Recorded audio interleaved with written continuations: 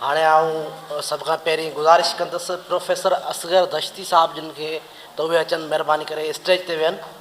Professor Asghar Dashti साईं GM साहिब जे 119 सालगिरह जे मौक़े ते अॼु रखियल हिन महफ़िल में हाणे आऊं गुज़ारिश कंदुसि जनाब हाशिम खोसो साहब खे जेको वाइस चेयरमैन आहे जीअं समाज जो अचनि ऐं पंहिंजे ख़्याल में ॿुधाइनि। मुझी धरती जो को गुनाहगार न बख्शो वेंदो, मुझी धरती जो को गुनाहगार न बख्शो वेंदो, को भी गासिब को भी गद्दार न बख्शो वेंदो। रूप रहबर जो वठी सघंदो न रहज़न कोई, हाण बेदार थियो आहे भलर जो वतन। जनाब सदर जी समाज चेयरमैन मोहतरम अब्दुल खालिक जोणिजो साहब, साईं सरकी साहब, कामेड दस्ती साहब, सलमा, मुझे साम्हूं वेठल भेनरूं ऐं भाइरो जीए सिंध। साईं जीएम साहिब जी 119 सालगिरह जे मौक़े ते आउं सिंध दोस्त माण्हुनि खे, पूरी इंसानियत खे, तव्हां सभिनी भाइरनि भेनरुनि खे मुबारकबाद ॾियां थो। अॼु साईं जीएम साहिब जी सालगिरह सां गॾु वन्युंट टुटण जी गोल्डन जुबली भी असां मल्हाए रहिया आहियूं। अंग्रेज़ साम्राज्य खां वठी अंग्रेज़नि जी बरसगीर ते कब्ज़े बालादस्ती ऐं हाकिमत खां वठी वेंदे हिन ख़िते ते जेका पंजाब जी बालादस्ती आहे वफ़ाक़ जे नाले में, उन ताईं जिन बि अज़ीम इंसाननि ईमानदारी सां जदोजहद के ज़रिए, कुर्बानी के ज़रिए आला इंसानी आदर्शन, उसूलन, कौमुन के तरक्की, इंसानियत की तरक्की, ख़ास तौर पर मज़लूम ए महकूम तबकन की भलाई के लिए, उन्हनि जी आज़ादी के लिए जिन इंसानन जदोजहद कई है, उन्हनि जी जेकॾहिं उन्हनि मां 8-10 माण्हू चूंड कंदासीं या उन जी पहिरीं सिफ़ में असांखे जीएम साहिब नज़र ईंदो। साईं जीएम साहिब हुजे, ख़ान गफ़ार ख़ान हुजे, अब्दुल समद अचकज़ई हुजे, मौलाना आज़ाद हुजे, जवाहरलाल नेहरू हुजे, महात्मा गांधी हुजे, शेख मुजीबुर रहमान हुजे, इन्हनि माण्हुनि हिन ख़िते जे मज़लूम क़ौमुनि ऐं मज़लूम तबकनि लाइ जदोजहद कई। न सिर्फ़ जदोजहद कई पर उन सां गॾोगॾु हिन ख़िते जे अवाम लाइ भी जदोजहद कई। ऐं उन जदोजहद जो जेको मयार हो, जेको अॼु असांखे ख़ासि तौर ते अॼु जे नसुल खे, अॼु जी सियासतदाननि में नज़र नथो अचे। ऐं वाक़ई जेको चयो वेंदो आहे त सियासत माना ख़िदमत, सियासत माना माण्हुनि जी, आवाम जी ख़िदमत, उहे इन्हनि माण्हुनि जा नाला जॾहिं साम्हूं अचनि था, जॾहिं ख़ान गफ़ार ख़ान जो नालो साम्हूं अचे थो, जॾहिं जीएम साहिब जो नालो साम्हूं अचे थो, त इहा सिट जेका चई थी वञे उहा दुरुस्त नज़र अचे थी, उहा सही नज़र अचे थी त वाक़ई सियासत माना ख़िदमत। बाक़ी असांजे साम्हूं जेका सियासत थिए पई हिते हिन ख़िते जे अंदरि, उहा सियासत जो बुनियाद त रुगो पेट परस्ती आहे, मफ़ाद परस्ती आहे ऐं अवाम दुश्मनी आहे, क़ौमुनि जी दुश्मनी आहे, ताक़तवर तबकनि जी हिमायत में हिकिड़ी सियासत आहे। उन जे करे अॼु जो ॾींहुं जेको जीएस मल्हाए थो, या गोल्डन जुबली जेका वन्यूं टुटण जे हवाले सां असां मल्हायूं था, इन ते तव्हांखे गौर करण जी ज़रूरत आहे, सोचण जी ज़रूरत आहे। ऐं असां, तव्हां पढ़ियल लिखियल दोस्त वेठा आहियो, असां रुगो उन जी यादि दहानी करायूं था। अंग्रेज़ जॾहिं हिते आया, जॾहिं सिंध ते उन्हनि कब्ज़ो कयो, त सिंध जी उन वक़्तु मुल्की हैसियत हुई।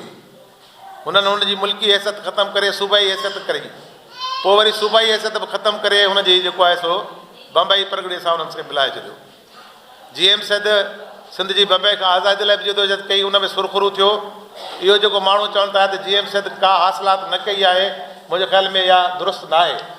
छा जीएम साहिब जी इहा हासिलात घटि आहे त अंग्रेज़नि जेको असांजो वजूद ख़तमु करे छॾियो, उन जी हासिलात कई, सिंध जी बम्बई खां आज़ादी जी तहरीक ॿियनि अॻुवाणनि सां गॾु GM सैद बि हलाई ऐं उन में कामयाबु थिया। उन खां पोइ उन साम्राजी सोच, उन्हनि अंग्रेज़नि जी सोच ते पाकिस्तान जा हुकुमरान बि हलंदा रहिया। पाकिस्तान जे हुकुमराननि बि उहो कयो, जेतोणीकि पाकिस्तान हिकिड़े मुआहदे जी पैदावार 1940 जी क़रारदाद मुताबिक़ पाकिस्तान ठाहियो वियो, पर 1940 जी क़रारदाद ते हलण जे बजाए उनजे उबते था हलनि। हुननि बि इहो ई कयो जेको अंग्रेज़नि सिंध सां कयो, पंजाब जे हाकिमनि बि इहो कयो, या वफ़ाक़ जे नाले में पंजाब जी जेका हाकिमत आहे, जेके हुकुमरान आहिनि, उन्हनि बि उहो कमु कयो जेको अंग्रेज़नि सिंध सां कयो। बल्कि उनखां जेकॾहिं तारीख़ ते नज़र विझूं था त उन खां वधीक जेको आहे सो ख़तरनाक क़िस्म जा कमु कयूं। ऐं सिंध जी उन ते उन दौर जे हिसाब सां सिर्फ़ु वञूं ठाहियूं त जेके बि क़ौम हुयूं उन्हनि जो वजूद ख़तमु करे छॾियो, सिंधियुनि जो, बलोचनि जो, पख्तूननि जो वजूद ख़तमु करे छॾियो। त उनजे ख़िलाफ़ु साईं GM सैद जदोजहद कई। साईं GM सैद उन जदोजहद में सिर्फ़ु सिंध में न कई, सिंध सां गॾु हू जेको आहे सो कोयटा बि वियो, पिशावर बि वियो, ॿियनि मज़लूम क़ौमुनि जे वटि बि वियो ऐं उन्हनि जे माण्हुनि खे पाण सां गॾु मिलाए ऐं हिन ज़ुल्म ऐं बरबरियत जे ख़िलाफ़ु जेको आहे सो हिन नाहक जे ख़िलाफ़ु जेको जदोजहद कई ऐं उहो वञी टोड़ायो। जेतोणीकि उन दौर जे हिसाब सां असेंबली में हुनजा तमामु थोरा मेंबर हुआ, पर जीअं त उहे मफ़ाद परस्त न हुआ, उसूलनि जे बुनियाद ते हलंदड़ हुआ ऐं ॿिया जेके उन दौर में पार्टियूं हुयूं उन्हनि जा मफ़ाद हुआ, पोइ उन्हनि मफ़ादनि जे बुनियाद ते उन्हनि सियासत बि कई। जॾहिं त GM सैद ऐं उन्हनि जे साथियुनि उसूलनि जे बुनियाद ते सियासत कई ऐं हुननि असेंबली खां बि वञूं टोड़ाए वियो। जॾहिं वञूं असेंबली टोड़ियो, क़रारदाद पास थी, त उन असेंबली खे ई फ़ौजी हुकुमराननि हितां जी ताक़तवर इस्टेब्लिशमेंट टोड़े छॾियो। इन मां असांखे इहा ॻाल्हि बि साम्हूं अचे थी, जेके दोस्त असां क़ौम परस्तनि खे तानो ॾियनि था, असां जमहूरी जदोजहद या इलेक्शन जी पॉलिटिक्स जा मुखालिफ़ न आहियूं, पर असां तारीख़ी हवाले सां इहा ॻाल्हि बि रखणु था चाहियूं दोस्तनि जे साम्हूं, जेके चवनि था त बाबा असेंबली खां सवाइ मसइला हल कोन थींदा, उन्हनि जे साम्हूं इहा असेंबली त टोड़ियो वञूं के। असेंबली 3-4 दफ़ा जेको सो क़रारदादूं पास करे छॾी विया त भई कालाबाग डैम न ठाहियो, थल कैनाल जेको आहे सो बंदि कयो, उन्हनि खे पुछनि ई कोन था। त असेंबलियुनि जी हालति बि हिते ई आहे। इस्टेब्लिशमेंट नाले जे फ़ौज जी जेका बालादस्ती आहे या हिकिड़ी क़ौम जी अक्सरत जे बुनियाद ते जेका बालादस्ती आहे, उहा जेका सियासत थिए थी, उन सियासत खे ई ताक़त जे बुनियाद ते हलाए थो वञे। त साईं GM सैद जो इहे कारनामा आहिनि, ॿिया बि साईं GM सैद ॿोली जे हवाले सां, कल्चर जे हवाले सां तमामु घणा जेको सो ख़िदमत कयूं आहिनि। सिंध यूनिवर्सिटी जो उन बुनियाद विधो, सिंधी अदबी बोर्ड जो उन बुनियाद विधो। उन खां अलावा सभ खां वॾी ॻाल्हि त पए सियासतदान जे GM सैद सियासत जा जेके प्रिंसिपल तय कया, साईं GM सैद जेका उसूलनि जे बुनियाद ते सियासत कई ऐं उन्हनि उसूलनि जे बुनियाद ते हलंदे जेका तकलीफ़ बर्दाश्त कई, 3 साल जेल लाइ नज़रबंदियूं जेके काटियूं, उहे असां लाइ हिकिड़ो मिसाल आहिनि। असांखे इहो सबक़ु ॾियनि थियूं, असां बि उन्हनि बुनियादनि ते पंहिंजनि उसूलनि ते बीहण जी जदोजहद कयूं था, उनजे नतीजे में तकलीफ़ बर्दाश्त करण जी सघ बि असां में हुजणु खपे। उहे तकलीफ़ूं बि असां बर्दाश्त कयूं। जेकॾहिं तकलीफ़ बर्दाश्त करण जी न आहे त पोइ उसूलनि ऐं आदर्शनि जी ॻाल्हि न कयूं। त हिन वक़्तु जेका इहा हले पई सियासत, उहा मफ़ाद परस्तनि जी सियासत हले पई ऐं GM सैद क़ौमी बुनियादनि ते बि सियासत कई आहे। GM सैद वटि रुॻो क़ौमी आज़ादी जी तसवर कोन्हे, इक़्तिसादी आज़ादी जो बि तसवर रहियो आहे। साईं GM सैद जेका आज़ादी चाहे पियो, सिंध जी अक्सर आवाम जी आज़ादी चाहे पियो, हारने मज़दूरनि जी आज़ादी चाहे पियो। साईं GM सैद पंहिंजनि किताबनि में लिखियो आहे त पीर मीर वॾेरा जेके आहिनि, जे 2D क्लास आहिनि, इन्हनि मां कुझु कोन वरंदो। उनजे करे अॼु जो ॾींहुं असांखे यादि ॾियारे थो त GM सैद जेका सचाई सां, जेका ईमानदारी सां जदोजहद कई, उसूलनि जे बुनियाद ते जदोजहद कई ऐं उन जदोजहद जे नतीजे में तकलीफ़ बर्दाश्त कई।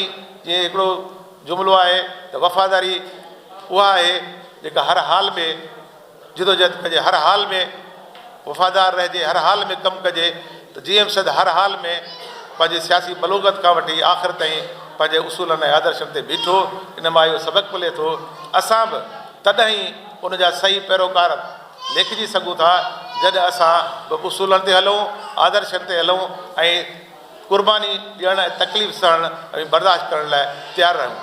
हूं बि जेका शइ पॉपुलर थी वञे, जेका शख़्सियत हुजे या को कमु हुजे या का आहे, उहे जॾहिं इन हैसियत माणे वठनि था त पोइ उनजो नालो सभु को वठे थो। GM सैद जो नालो हाणे उनजा मुखालिफ़ बि वठनि था। GMS जो नालो उन नालो वठी GMS जे फ़िक्र सां दुश्मनी बि थिए थी। उहो तॾहिं असां सम्झी सघूं था उहे हरफ़तूं उहे चालाकियूं जॾहिं असां फ़िक्र खे सम्झंदासीं, ॻाल्हियुनि खे सम्झंदासीं ऐं उन्हनि ॻाल्हियुनि खे उन्हनि आदर्शनि खे अॼु जी दुनिया जी तब्दील थींदड़ सूरत हाल में अॼु जी हालतुनि में हुनखे अपडेट करे असां अॻिते वधंदासीं। असां सिंध जे माण्हुनि खे सिंध जी ख़िदमत माना सिंध जे हारी मज़दूर जी ख़िदमत। साईं GMS वटि बि इहो तसर हो, इहो पैगाम आहे साईं GMS जो। ऐं असां पाण में उन्हनि उसूलनि सां गॾु पाण में हिमत ऐं बहादुरी पैदा कयूं, जुरत पैदा कयूं ऐं डिघी जदोजहद लाइ असां तयारी कयूं। ऐं उन लाइ भेनरुनि खे बि चवंदुसि, भाइरनि खे बि चवंदुसि उहे उनजी शुरूआति पाण खां कनि, पंहिंजे घर खां कनि। तव्हांजी महिरबानी GS।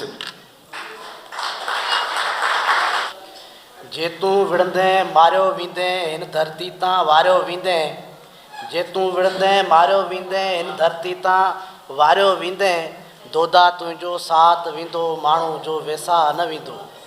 साईं हाशिम बिल्कुलु दुरुस्त फरमायो त साईं GMS जे प्रिंसिपल्स ते हलण जे लाइ असांखे तकलीफ़ूं सहणियूं पवंदियूं। जेकॾहिं आदर्शी इंसान थियणो आहे त उन्हनि आदर्शनि जे हासिलात लाइ उन्हनि ते हलण जे लाइ तकलीफ़ूं बर्दाश्त करणी पवंदी आहे।